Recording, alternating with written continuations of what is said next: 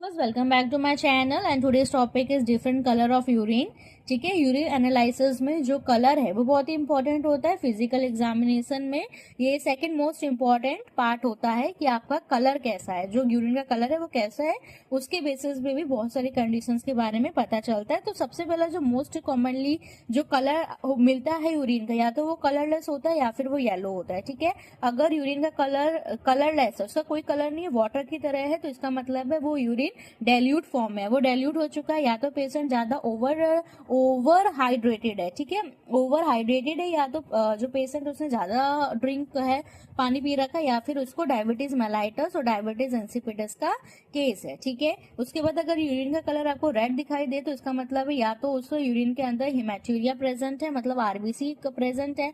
अगर फीमेल है तो मेंस्ट्रुएशन का कंडीशन हो सकती है, या फिर हीमोग्लोबिन्यूरिया हो सकता है। अगर यूरिन का कलर डार्क ब्राउन या फिर ब्लैक में जा रहा है तो मिलेनोमा और एल्कोपेटेन्यूरिया हो सकता है। ठीक है, अगर यूरिन का कलर ब्राउन कलर होता है तो वो हीमोग्लोबिन्यूरिया की वजह से हो सकता है। उसके बाद जो येलो या येलो कलर आता है, जो मोस्ट कॉमनली येलो कलर ही आता है यूरिन का, तो वो एक कंसंट्रेटेड यूरिन होता है और यही मोस्टली आता है और बेस्ट भी होता है फॉर यूरिन एनालिसिस के लिए। ठीक है, अगर यूरिन का कलर डीप येलो है, अगर यूरिन का कलर कैसा आ रहा है, डीप येलो कलर आ रहा है और उसके अंदर येलो फॉर्म भी आपको दिखाई दे रहा है, उसके ऊपर सरफेस पे येलो फॉर्म बना हुआ है, तो वो बिलिरुबिन अगर पेशेंट का ज्यादा हाई है, पेशेंट को अगर जॉन्डिस है या फिर कोई ऐसी कंडीशन है जिसमें बिलिरुबिन हाई हो सकता है, तो उसमें आपका जो यूरिन आएगा वो deep yellow with yellow form के साथ आएगा। आफ्टर दैट येलो ग्रीन या फिर ग्रीनिश कलर का कभी कभी यूरिन आपको देखने को मिलता है, वो आता है बिलिरुबिन की वजह से। ठीक है,